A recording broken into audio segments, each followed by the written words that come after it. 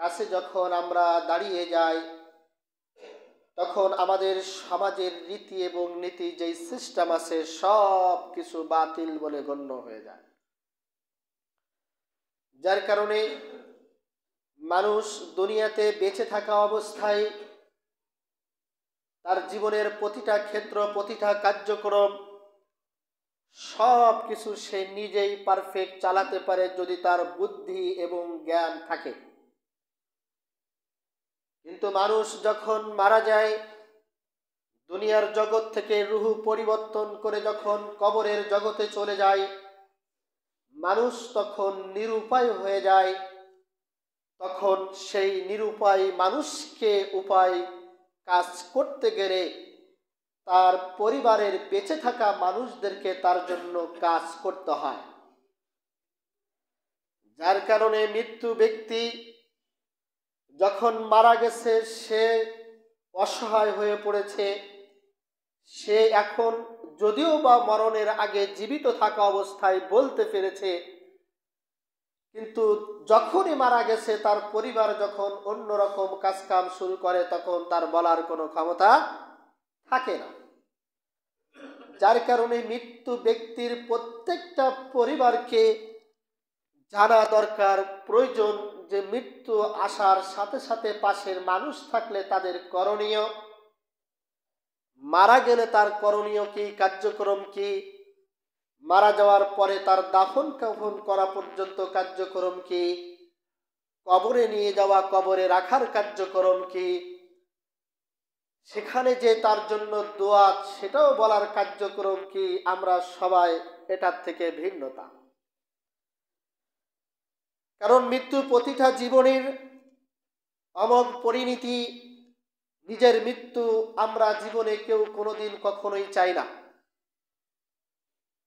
কারণ কোনো ব্যক্তি যদি ইচ্ছাকৃতভাবে নিজের মৃত্যু চায় তাহলে সে নিজেই নিজেকে হত্যা করলো, আর হত্যা করা সম্পূর্ণ হারাম, নাজায়েজ কাজ।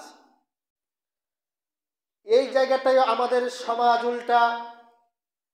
যদি মানুষ কোনো রোগগ্রস্ত হয়, বিপদগ্রস্ত হয়, মানুষ যদি কঠিন কোনো বিপদের সম্মুখীন হয়ে যায়, তখন মানুষ আল্লাহ তাআলার কাছে নিজে নিজেই দোয়া করতে থাকে, এই কঠিন মুসিবতের থেকে আমার মরণ হওয়াটাই সব থেকে বেশি ভালো। এই কথা ঠিক না?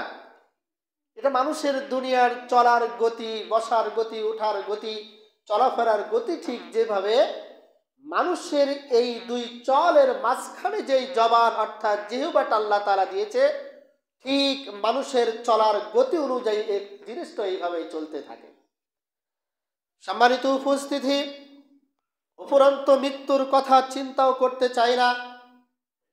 আপনজনদের মৃত্যুতে ব্যথিত হই আমরা, কিন্তু শত আপত্তি বেদনার অনিচ্ছ সত্ত্বেও মৃত্যুর জীবনের সবচেয়ে বড় সত্য, আরো বড় সত্য হলো এই, কখন কোথায় মরব, কোন জায়গায় মৃত্যুবরণ করব, এই কথা কারোর জানা নাই। আল্লাহ সুবহানাহু ওয়া তাআলা বলেন, ফাইদা জাআ আজালুহুম লা ইস্তাখিরুনা সাআতাও ওয়া লা ইস্তাকদিমুন। মানুষের মৃত্যু অনিবার্য ও মরবে, মরণশীল, কিন্তু কখন কোন জায়গায় মৃত্যুবরণ করবে, মৃত্যুর হুকুম কখন কোন জায়গায় আসবে, এই গ্যারান্টি, এই কথা জানার মতো ক্ষমতা আমি মানুষকে দেই নাই। ওর যেখানেই মৃত্যুর সময় হবে, যে জায়গায় মৃত্যুর সময় আসবে, হাত্তা ইজা জা আজালুহুম লা ইস্তাখিরুন, ওর সাথে সাথে ওখানে অ্যাটাক করা হবে। ওই জায়গা থেকে এক পা, এক চুল পরিমাণ সরাবার ক্ষমতা ওর নিজেরও থাকবে না, পৃথিবীর কোনো মানুষেরও থাকবে না। ও মরণশীল, ওকে মরতে হবে। সম্মানিত উপস্থিতি, এই জন্য মৃত্যু কামনা করা, রাসূল করিম সাল্লাল্লাহু আলাইহি ওয়াসাল্লাম, আব্দুল্লাহ ইবনে আব্বাস থেকে হাদিস বর্ণিত আছে, মানুষ আল্লাহ তাআলার কাছে মরণ কামনা করবে ওই সময় যখন দুনিয়াতে দাজ্জালের হুকুমত চালু হয়ে যাবে, অরাজকতা চালু হয়ে যাবে, ওর জবানের দ্বারা, হাতের দ্বারা ও যখন কিছু বলতে না পারবে, সমাজে টিকতে না পারবে, তখন আল্লাহ তাআলার কাছে এতটুকুই বলতে পারে, আল্লাহ তুমি আমাকে এই জাহিলি এই যুগের থেকে বেঁচে রাখার থেকেই তুমি আমাকে মরণ দিলেই সব থেকে বেশি আমি খুশি হব। আল্লাহ সুবহানাহু ওয়া তাআলা বলেন এটাই মুমিনের সব থেকে বড় গুণ। সম্মানিত উপস্থিতি, আমাদের সমাজের যুবক যুবতী, আমরা বৃদ্ধ আবাল যারা আছি, আমাদের সমাজটা হলো ভিন্ন। আমরা যুবক যুবতী যদি একে অপরের সাথে সম্পৃক্ত করি বা কোনো সম্পর্কে যদি লিপ্ত হই, তাহলে একে অপরকে পাওয়ার আশায় আমরা আমাদের জীবনকে বিপন্ন করার চেষ্টা করি। এই কথা ঠিক না? নিজের জীবনকে দ্বিধাবোধ করি না। এত বড় আহাম্মক আর গাধা ওই এতটুকু চিন্তা জীবনে কোনোদিন করলো না, যে মা আমাকে 10 মাস 10 দিন কষ্ট করে পেটের ভিতরে রাখেছে, যেই মা আমাকে 10 মাস 10 দিন নিজে না খেয়ে আমাকে খাওয়িয়েছে, যেই মায়ের বুকের দুধ আমি 3 থেকে 3.5 বছর 2.5 বছর পান করেছি, একটি টাকা আমার মা কোনোদিন আমার কাছে চাইনি, আমি কান্না করেছি কোনোদিন আমাকে বলেনি দুধ দিবে না, যেই মায়ের নাড়ি ছেঁড়া একজন ধন আমি, সেই মায়ের কথা সে কোনোদিন চিন্তা করলো না। 10 দিন 5 দিন 7 দিনের সম্পর্ক একটা মেয়েকে পেয়েই সে বলেছে তার সাথী হবে না, এই জন্য তাকে হয় গলায় দড়ি দিতে হবে, ওই মেয়েকে পাওয়ার জন্য না হলে বিষ খেতে হবে। এর থেকে আহাম্মকার গাধা, এর থেকে লজ্জাজনক নেককারজনক ব্যক্তি পৃথিবীতে আর কেউ হতে পারে না। এর থেকে মর্মান্তিক খারাপ ব্যক্তি পৃথিবীতে আর কেউ হতে পারে না। তোমার নিজের জীবনটা এত ছোট হলো কিভাবে? নিজের জীবনের মূল্যটা এত কম হলো কিভাবে? এই জীবনটা তো দিয়েছে তোমাকে আল্লাহ সুবহানাহু ওয়া তাআলা। এই জীবনের সমস্ত সবকিছুর মালিক তো আল্লাহ। এই জীবনকে পরিচালনা করানোর সবকিছু দায়িত্ব তো আল্লাহ তাআলা, তোমার নিজের তো না।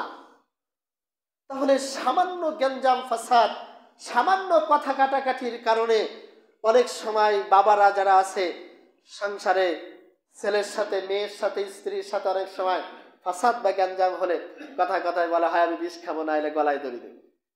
তুমি জীবনটাকে এত হালকা কিভাবে মনে করতে পারো? সম্মানিত উপস্থিতি, এই জন্য মৃত্যু অত্যন্ত কঠিন জিনিস, যেটা আপনি চাইলেই হবে না, আপনি ইচ্ছা করলেই হবে না, আল্লাহ সুবহানাহু ওয়া তাআলা যতক্ষণ পর্যন্ত হুকুম না করবে। মৃত্যু ব্যক্তি যখন মারা গেছে, রাসূল করিম সাল্লাল্লাহু আলাইহি ওয়াসাল্লাম বুখারী মুসলিমের হাদিসের বর্ণনার ভিতরে বলেন, ভালো করে খেয়াল করে শোনার চেষ্টা করুন, মৃত্যু ব্যক্তি মারা যাওয়ার সাথে সাথে সর্বপ্রথম কাজ তাকে গোসল দিতে হবে, তাকে কাফন পরাতে হবে, দাফন করাতে হবে। এই জায়গায় আমাদের সমাজ ভিন্নতা। আমরা মৃত্যু ব্যক্তি যখন মারা যাচ্ছে ঘন্টার পর ঘন্টা, দিনের পর দিন থেকে রেখে দিচ্ছে, আশ্চর্য হয়ে যায় সমাজের মানুষের জন্য। মানুষ পাগল হলে কত বড়ই না পাগল, আশ্চর্যজনক নেককার কাজ করে। নিজের সন্তান বলে ভিন্ন কথা, মেয়ের জামাই, কার জামাই? মেয়ের জামাই। মেয়ে বিয়ে দিয়েছে জামাই, জামাই ঢাকাতে থাকে, চাকরি করে, জামাই ওখান থেকে আসতে 2 ঘন্টা 5 ঘন্টা লেট হবে, শ্বশুরকে রেখে দিতে হবে। পেয়েছেন কোথায় হাদিস? হাদিস কোথা থেকে তৈরি করেছেন? রাসূল করিম সাল্লাল্লাহু আলাইহি ওয়াসাল্লাম বলেছেন, মৃত্যু হওয়ার সাথে সাথে তার কবর খনন করে তার দাফন কাফনের কার্যক্রম তাড়াতাড়ি, যত দ্রুত সম্ভব তাড়াতাড়ি তার কার্যক্রম সবকিছু শেষ করে তাকে যত দ্রুত সম্ভব তাকে দাফন করতে হবে, দেরি করা মোটেও যাবে না। আপনি মূল্যায়ন করেন না, আপনার যে ব্যক্তি মারা গেছে, আপনার মা হোক বাবা হোক, মৃত্যুর আগে তোকে মূল্যায়ন করেননি, আর যখন মারা গেছে তখনও তাকে মূল্যায়ন করতেছেন না।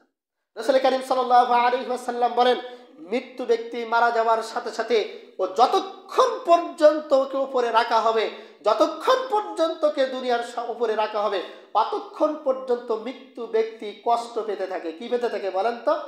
কষ্ট পেতে থাকে। কারণ ও মারা যাওয়ার সাথে সাথে ওর দাফন করলেই ওর সওয়াল জবাব শুরু হয়ে যাবে। আল্লাহুম্মা ফি মাইয়িতিনা ইন্নাহুম মাইয়িতুনা ফাইন্নাহুমুল হাসানা।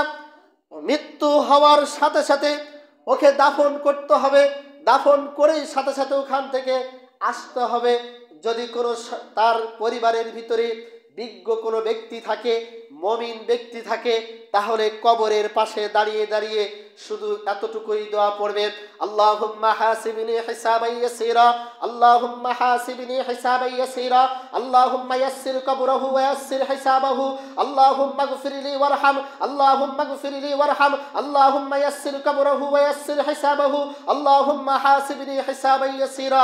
কবরের পাশে দাফন যখন হয়ে যায়, তার যার পরিবার যারা আছে, জান্নেওয়ালা যদি কোনো ব্যক্তি থাকে, ইমানদার কোনো ব্যক্তি থাকে, কবরের পাশে দাঁড়িয়ে দাঁড়িয়ে ওই দোয়াগুলো পড়তে থাকবে, আস্তে হোক আর জোরে হোক। রাসূল করিম সাল্লাল্লাহু আলাইহি ওয়াসাল্লামের কাছে সাহাবারা জিজ্ঞাসা করলেন, কিলা ইয়া রাসূলুল্লাহ ফিল কবরি ফিল মাইয়িত, কবরে মৃত্যু ব্যক্তিকে শোয়ানোর পরে, কবরে মাটি দেওয়ার পরে আবার পাশে দাঁড়িয়ে কথাগুলো, এই মাসনুন দোয়াগুলো কি জন্য পড়া লাগবে? রাসূল করিম সাল্লাল্লাহু আলাইহি ওয়াসাল্লাম বলেন, তোমার জবান থেকে যখন বারবার কবরওয়ালা ব্যক্তির পাশ থেকে যখন বের হবে আল্লাহুম্মা হাসিবনি হিসাবান ইয়াসীরা, তুমি বারবার বলতেছ, আয় আল্লাহর কবরের সওয়াল জবাব সহজ করে দাও, আয় আল্লাহর কবরের সওয়াল জবাব সহজ করে দাও, আল্লাহুম্মা গফিরলি, আয় আল্লাহ তার কবরখানা তুমি মাফ করে দাও, আল্লাহুম্মা গফির ওয়ারহাম, আয় আল্লাহ তুমি তাকে ক্ষমা করে দাও, আয় আল্লাহ তুমি তাকে মাফ করে দাও, আল্লাহুম্মা ইয়াসসির কবরাহু ওয়া ইয়াসসির হিসাবাহু। কবরের ভিতরে যেই ফেরেশতাদের সওয়াল জবাব শুরু হবে, এই সওয়াল জবাব থেকে তুমি তাকে সহজভাবে তার জবান থেকে তুমি বের করে দাও, বলে সুবহানাল্লাহ। আর আমরা তো কবরস্থান থেকে মাটি দেওয়ার সাথে সাথে দৌড় মেরে আসতে পারলেই, দৌড় মেরে আসতে পারলে কি বেঁচে যায়। আপনি যতক্ষণ পর্যন্ত কবরস্থানে দাঁড়িয়ে আপনার মা বাবার জন্য ওই দোয়াগুলো পড়বেন, ফেরেশতারা আসার সাথে সাথে আপনার সওয়াল জবাব সহজ হয়ে যাবে, আপনার জবান থেকে অটোমেটিকলি বের হয়ে যাবে। আপনি সন্তান আপনার জন্য জরুরি। এটা সম্মানিত উপস্থিতি, মৃত্যু ব্যক্তি মারা যাওয়ার সাথে সাথে তার দাফন কাফন, তাকে গোসল করাতে হবে। আমাদের সমাজে গোসল করানোর সিস্টেম হলো উল্টা। গোসল করানোর সময় নখ কাটে, দাড়ি কাটে, মোছ ছাটে, চুল কাটে, পেটের উপরে জোরে চাপ দিয়ে। আচ্ছা বলেন তো দেখি, আপনার কাছে আমি সুস্থ মস্তিষ্কে আমার প্রশ্নের জবাব দিবেন সবাই। এই যে নখ কাটা, মোছ কাটা, চুল কাটা, দাড়ি ছোট করা, সমস্ত নিচের জায়গা উপরের জায়গা পরিষ্কার করা, বগলের লোম পরিষ্কার করা, ভালো করে বুঝে উত্তর দিন। এটাকে মৃত্যুর পরে না মরণের আগে? জীবিত ব্যক্তির জন্য না মৃত্যু ব্যক্তির জন্য? এই সব কার্যক্রম জীবিত ব্যক্তির জন্য। মারা গেছেন ওর সব বন্ধ। কথা বলছেন না? ও মৃত্যুবরণ করেছে, ওর রুহ চলে গেছে। এখন ওর যদি হাতের নখ লম্বাও থাকে, গোপ যদি বড়ও থাকে, ওর বগলের লোমও যদি বড় থাকে, নিচের লোমও যদি গুপ্ত স্থানের লোমও যদি বড় থাকে, একেবারে ইন টোটাল সব না যায়, সব বন্ধ ওর জন্য, আর কিচ্ছু হবে না। ও মারা গেছে মানে ওর সব বন্ধ। এখন শুধুই গোসল হবে, কাফন দাফন হবে, শেষ। কিন্তু আমাদের সমাজ ভিন্ন।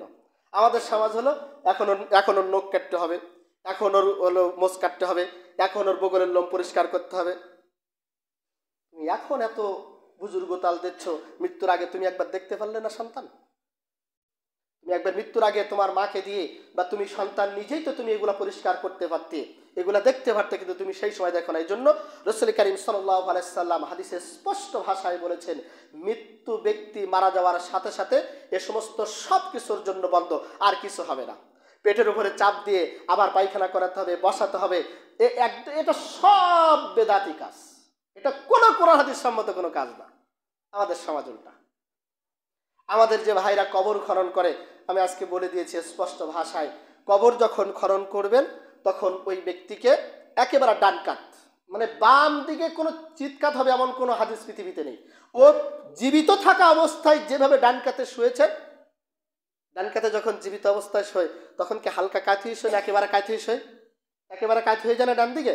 ঠিক মৃত্যু ব্যক্তিকে কবরের ভিতরে একেবারে পশ্চিম দিকে, অর্থাৎ পূর্ব দিকের দেওয়ালে একেবারে এমনভাবে দিয়ে দিতে হবে যেন সম্পূর্ণ ওর মুখমণ্ডল, ওর চেহারা, ওর সমস্ত দেহটা, বডিটা কোন দিকে থাকবে বলেন তো দেখি? পশ্চিম দিকে। কোনো দিকে কাচ্ছিত হবে না। এটাই হলো সুন্নাত, এটাই হলো সুন্নাতি নিয়ম, এটাই কোরআন এবং হাদিস সম্মত নিয়ম।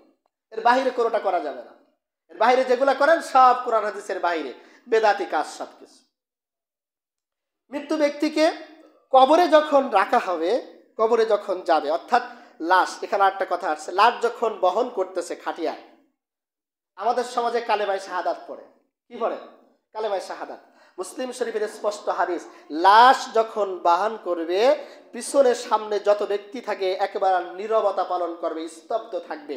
যদি কেউ দোয়া পড়তে চায় তাহলে এই দোয়াটাই বারবার পড়বে, আল্লাহুম্মা গফিরলি আল্লাহুম্মা গফির ওয়ারহাম আল্লাহুম্মা ইয়াসসির কবরহু ওয়া ইয়াসসির হিসাবা আল্লাহুম্মা গফিরলি আল্লাহুম্মা গফির ওয়ারহাম। আল্লাহ তুমি তাকে ক্ষমা করো, আল্লাহ তুমি তাকে মাফ করো, আল্লাহ তুমি তাকে ক্ষমা করো, আল্লাহ তুমি তাকে মাফ করো। বারবার এই দোয়াগুলো মনে মনে একবার স্তব্ধ, অর্থাৎ জানাজায় গেছেন, জানাজার সালাত শুরু হয়েছে, শেষ করেছেন, কবরস্থান পর্যন্ত স্তব্ধ। কোনো আর কোনো কালেমায়ে শাহাদাত তাদাত পড়তে হবে, তৈবা পড়তে হবে, এটা মৃত্যু ব্যক্তির জন্য না, এটা জীবিত ব্যক্তির জন্য। এখন আপনার সাথে সাথে সারাদিন কালেমায়ে শাহাদাত পড়লে কোনো কাজ হবে না। আল্লাহুম্মা লাক্কিনি মাউতাকুম কালিমাতু শাহাদাতু লা ইলাহা ইল্লাল্লাহ। রাসূল কারীম সাল্লাল্লাহু আলাইহি সাল্লাম বুখারী বর্ণনায় বলেন, যখন মুমূর্ষ মৃত্যু ব্যক্তি মুমূর্ষ অবস্থায় থাকবে, মরণ আসে আসে ভাব, রুহু যাই যাই ভাব, এখনো যায়নি যাবে যাবে ভাব, এমত অবস্থায় তোমরা তার পাশে যে বারবার বলো লা ইলাহা ইল্লাল্লাহ লা ইলাহা ইল্লাল্লাহ বা শাহাদু আল্লা ইলাহা ইল্লাল্লাহ আশহাদু আল্লা ইলাহা ইল্লাল্লাহ আল্লাহুম্মা লাক্কিনি মাউতিকুম।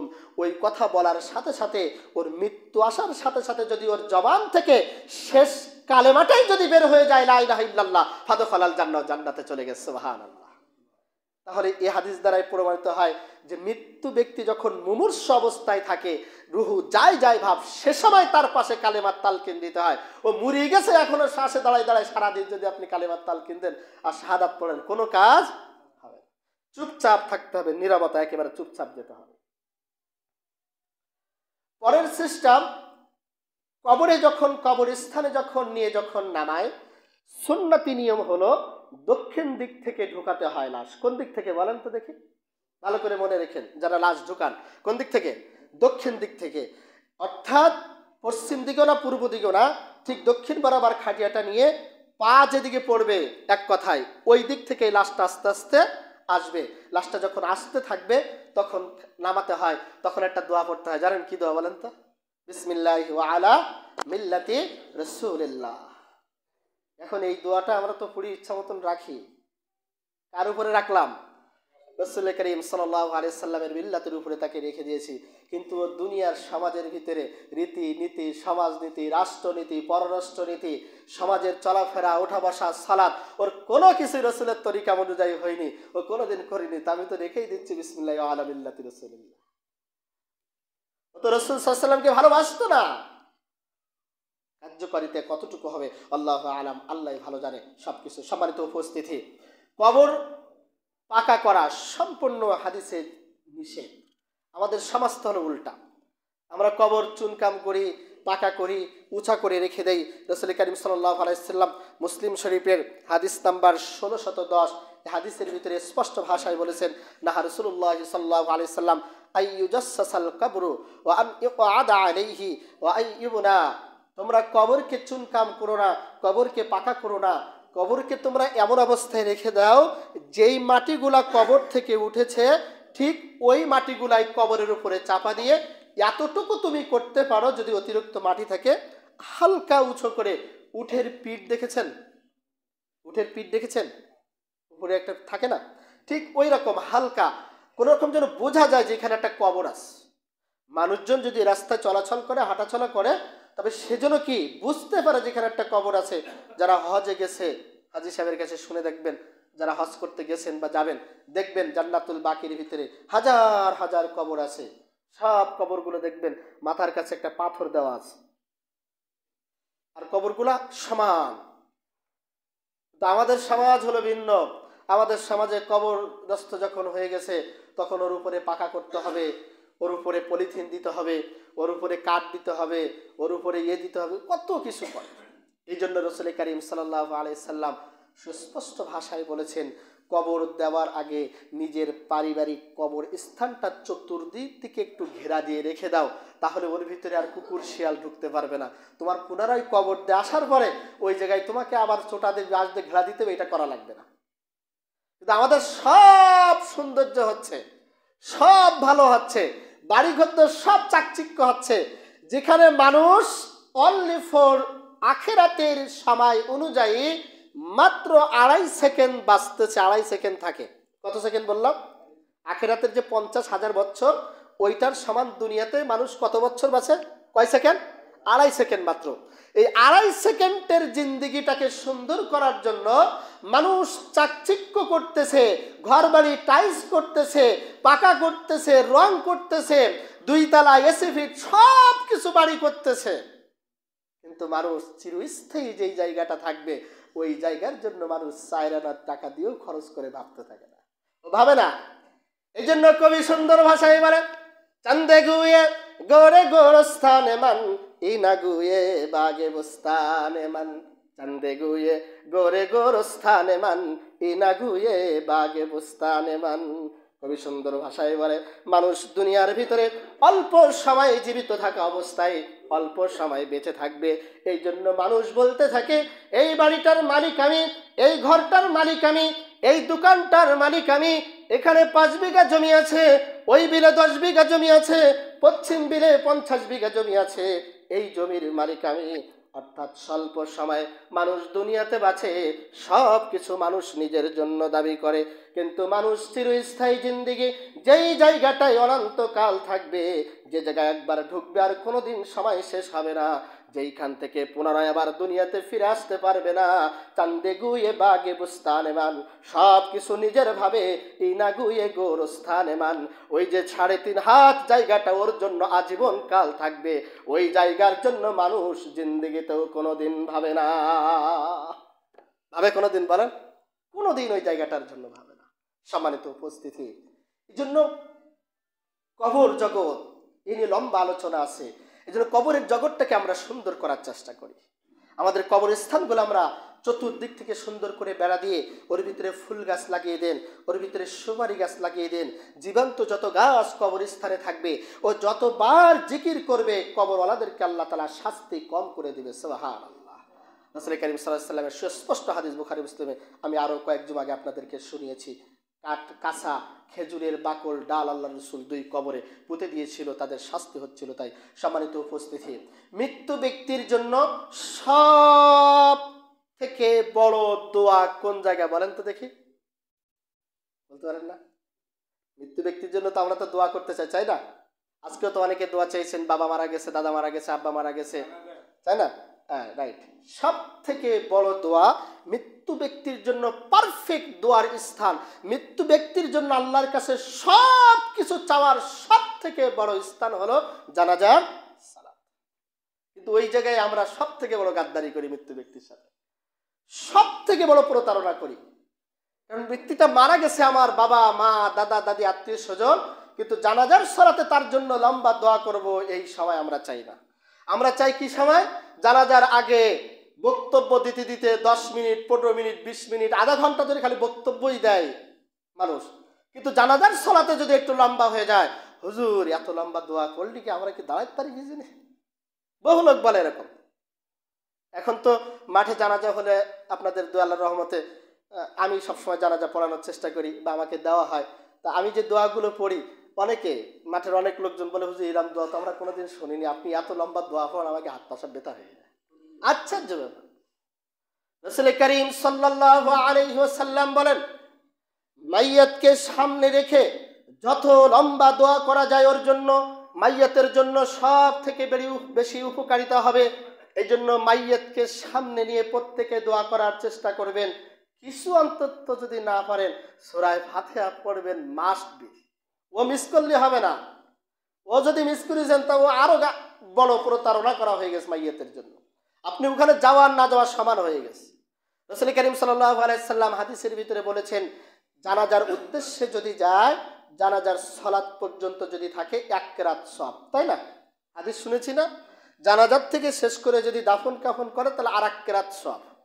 তাহলে এই যে সওয়াবগুলো আপনাকে দেবে, এই 1 রাত সমান উহুদ পাহাড়।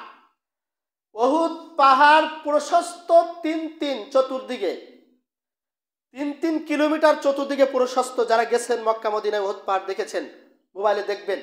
আরো তলায় যে কত দূর আছে আল্লাহু আলাম, আল্লাহ ছাড়া কেউ বলতে পারবে না ও তলায় যে কত দূর আছে। 1 কিরাত সমান পরিমাণ সব উহুদ পাহাড় পরিমাণ আপনাকে সওয়াব দেবে।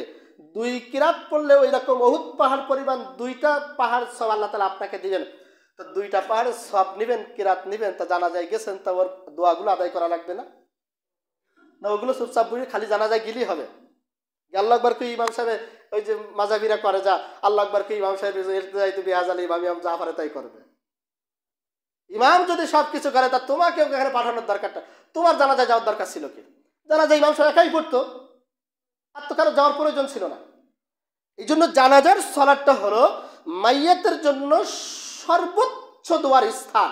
এই জন্য ওখানে দাঁড়িয়ে সব থেকে বেশি সর্বপ্রথম উদ্দেশ্য হলো মাইয়াতকে সামনে রেখে, এতটুকু কথা বুখারীর বর্ণনায় পাওয়া যায়, রাসূল সাল্লাল্লাহু আলাইহি ওয়াসাল্লাম বলতেন, উদ্দেশ্য করে উপস্থিত যত ব্যক্তি আছেন, আপনাদের কারোর কাছে এই ব্যক্তির ঋণ আছে কিনা? যদি বলে হ্যাঁ আমি তার কাছে এত টাকা পাবো, ঋণ সে আমার কাছে আছে, ঠিক আছে, এই ঋণের দায়ভার কে নেবে? সন্তানরা যদি বলে হুজুর ঠিক আছে আমি বড় ছেলে আমি নিয়ে নিচ্ছি, আল্লাহু আকবার, জানাজা শুরু হয়ে গেছে, আর কোনো কথা নেই, আর দ্বিতীয় কোনো কথা নেই। আর যদি বলে যে ঋণ দায়ভার নেওয়ার কোনো লোক নেই, তাহলে আসসালামু আলাইকুম চলে যেতে হবে, জানাজা হবে না। অর্থাৎ ঋণ পরিশোধ না করা পর্যন্ত কি জানাজা হবে না। আমরা এখন ঋণ পরিশোধ, ঋণ বলতে কি বুঝি জানেন? বলেন তো দেখি। বোর দেলমহর 40 বছর আগে 60 বছর আগে বেগুড়ি থুইতেছে, ওই দেলমহর আমরা এখন ঋণ বুঝি বসে। এই মিয়া, আপনার ওই দেলমহরের দাবি, আপনি এই 40 বছর আপনার বউ ছাড়িনি, আজকে মুড়ি গেছেন, জীবিত অবস্থায় ছাড়িনি, আপনার মুড়ি গেছেন, আপনার বউ মনের থেকে দেলমহর ছাড়বে, এই হাদিস কোনে ফেলেন আপনি? এই মন মানসিকতা কোথায় ফেলেন আপনি? ও 40 বছর যদি না ছেড়ে থাকে কিয়ামত পর্যন্ত, ও কেন ওর বাপও যদি কবরের থেকে উঠে এসে বলে মা তুই দেলমহর ছেড়ে দে, হবে না, দেলমহর আদায় করতে হবে। ছাড়া জিনিস না আদায় করা জিনিস। যৌতুক ছাড়া জিনিস ও নিতে নেই, ওটা নেওয়া হারাম। যৌতুক নেওয়া কুকুরের গু খাওয়া সমান, যৌতুক নেওয়া শুকরের মাংস খাওয়া সমান, যৌতুক নেওয়া শুকরের রক্ত খাওয়া সমান। আপনি যৌতুক নিয়ে বসে আছেন, বোর দেলমহর দেওয়ার সময় আপনার কাছে টাকা নেই, শ্বশুর বাড়িতে যৌতুক। আবার কয় হুজুর আমার শ্বশুর এমনি আমার ভালোবেসি, তো তোমার শ্বশুর ভালোবেসি তোমার মোটরসাইকেল দিতে পারে, রাস্তার ফকিরের চোখে দেখতে পারেন? রাস্তার ফকির নেই চোখে? শ্বশুর বাড়ির থেকে জোর করে যৌতুক নিয়ে তুমি সেই প্লেটে ভাত খাচ্ছ, সেই গাড়িতে চড়তেছ, আর আল্লাহু আকবার বলে তাহাজ্জুদ পড়ে তুমি ইবাদত করতেছো, ওই তাহাজ্জুদে 4 আনাও লাভ হবে না, কোনো লাভ নেই।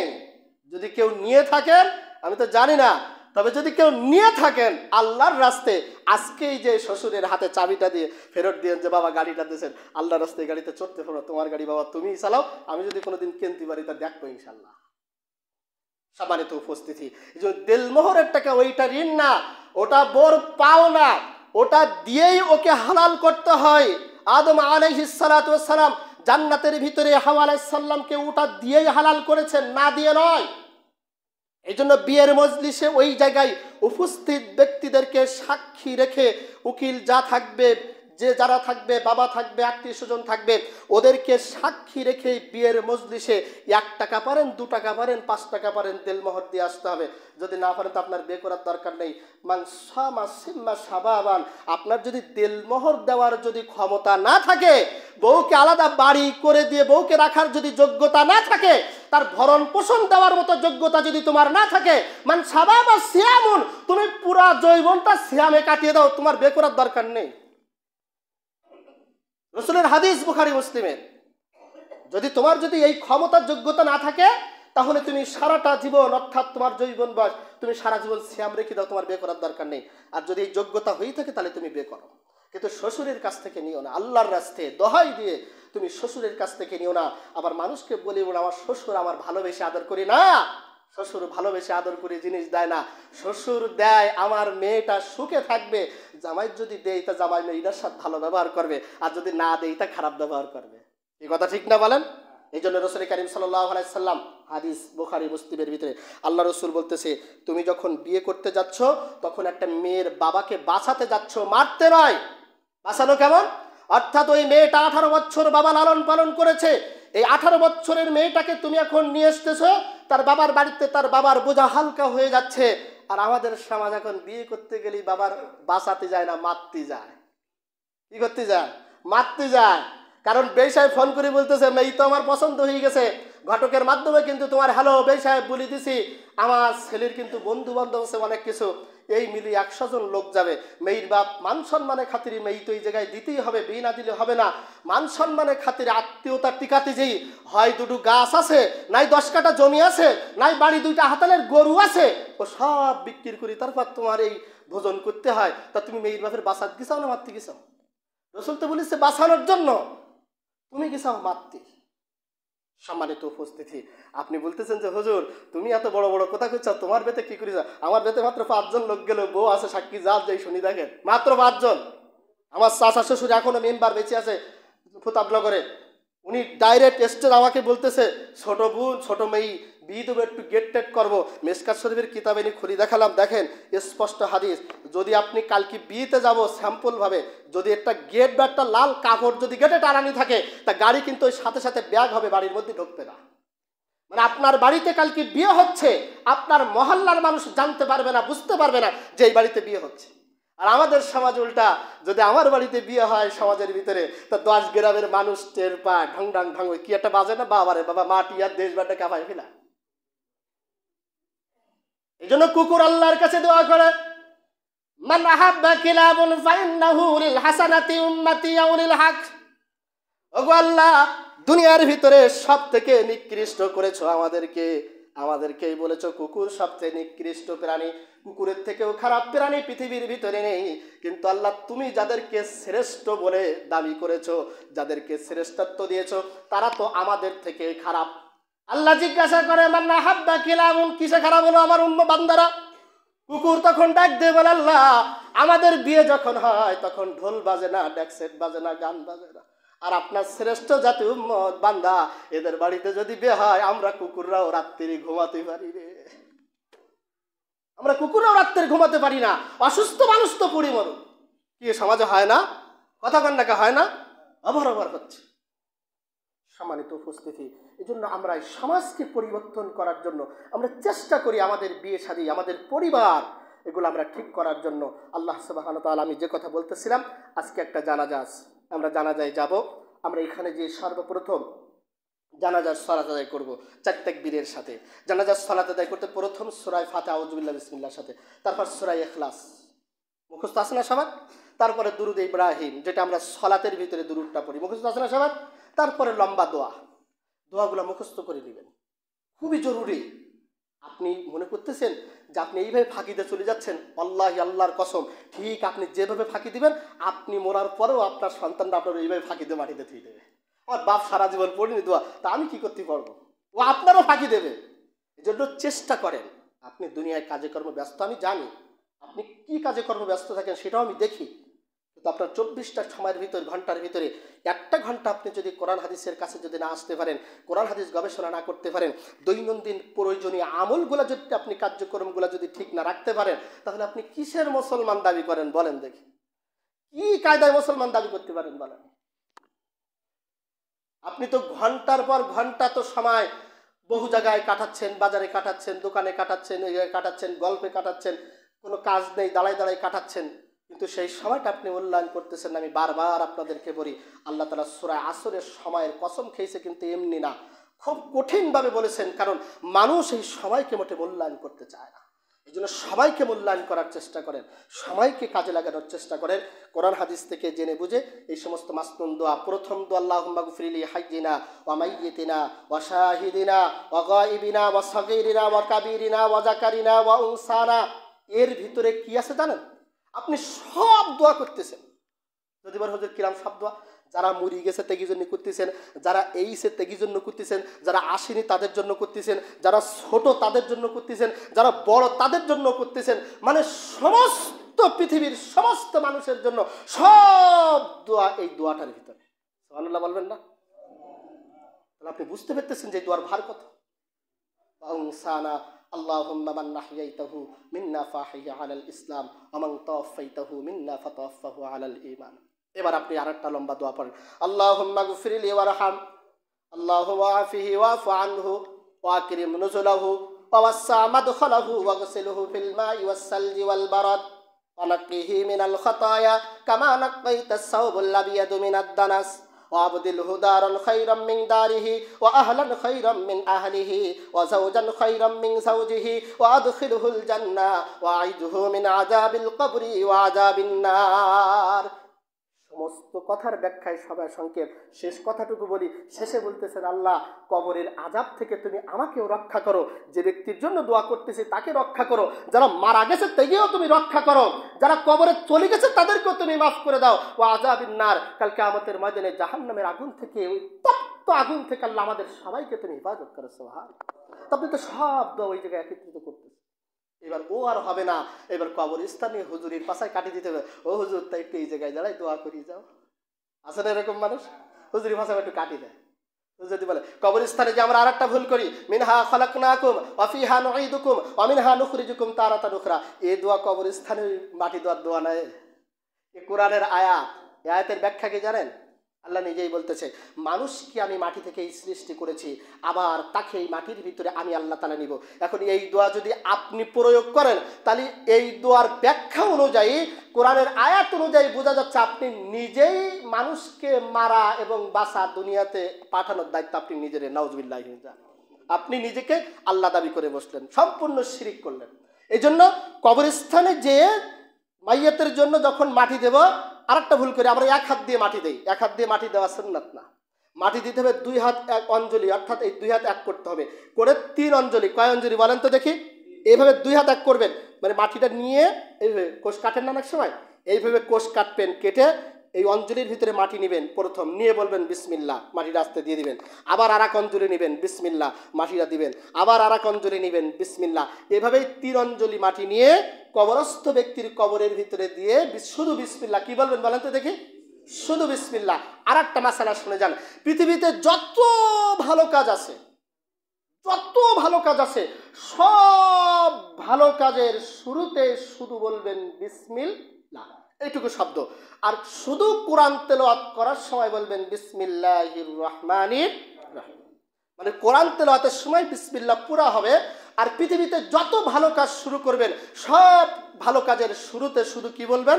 বিসমিল্লাহ, এইটুকু শব্দ বলবেন, আর কিছু বলার আপনার দরকার নেই। মাটি দেওয়া শেষ হয়ে গেলে, দাফন কাফন ওখান থেকে শেষ হয়ে গেলে, আমরা আস্তে আস্তে ওখান থেকে চলে আসব। যদি তার ব্যক্তি থাকে, আমরা পুনরায় তার জন্য দোয়া করব। একাকী সালাতের মাধ্যমে দোয়া করতে পারি। ওইখানে দাঁড়িয়ে ইমামের ফোঙায় কাটি দিতে যান না, হুজুর একটু দোয়া করি যান, ও দোয়ায় কাজ হবে না। আমি যদি সারাদিন আপনার বাপের জন্য কান্দি, কোনো লাভ নেই, কোনো লাভ হবে না। আপনার কান্নাটাই সব থেকে লাভ, আপনার কান্নাটাই সব থেকে মূল্যবান কান্না। এই জন্য আপনি কান্দেন, আপনি আপনার অনেক লম্বা আলোচনা আরও সামনে আছে, সময় যেহেতু সংক্ষিপ্ত, আমি সংক্ষিপ্ত আকারে বলতে চাই। আমরা চেষ্টা করি মৃত্যু এবং কবর এবং জানাজা এর যে নিয়ম কানুন যেভাবে আছে, কবরটা যেভাবে খনন করতে হয়, আমি প্রতিটা, আমার শফিকুল ভাই আছেন, মাজেদ ভাই আছে, আরও কয়েকটা ভাইরা আছেন কবর খোঁড়ের, আপনাদেরকে জোরালো আবদার করব। কে কি বললো দেখার সময় নেই। আপনারা যখন কবর খুঁড়বেন, কে কি বললো, কে কি শিখালো দেখার দরকার নেই। ডাইরেক্ট কবর শুরু করবেন। আপনাদের মাপ মতো যাওয়ার পরে কবরটা ডাইরেক্টলি একেবারে ডান দিকে, যাতে কবরস্থ ব্যক্তি ডান দিকে, মৃত্যু ব্যক্তি মাইয়ের জন্য ডান দিকে কাঁধে যেন শুতে পারে, কবরটা ঠিক সেই সিস্টেম করে। এখন কিভাবে করবেন, কিভাবে ডান দিকে দেওয়া যায়, ওটা আপনার ব্যাপারে বলা, কি কথা ঠিক না? যেন আমরা চেষ্টা করি মৃত্যু এবং কবর এবং জানাজা। আল্লাহ সুবহানাহু ওয়া তাআলা আমাদের সবাইকে বোঝার তৌফিক দান করুক, কোরআন এবং হাদিস থেকে জেনে বুঝে আমল করার তৌফিক দান করুক। আল্লাহুম্মা আমিন।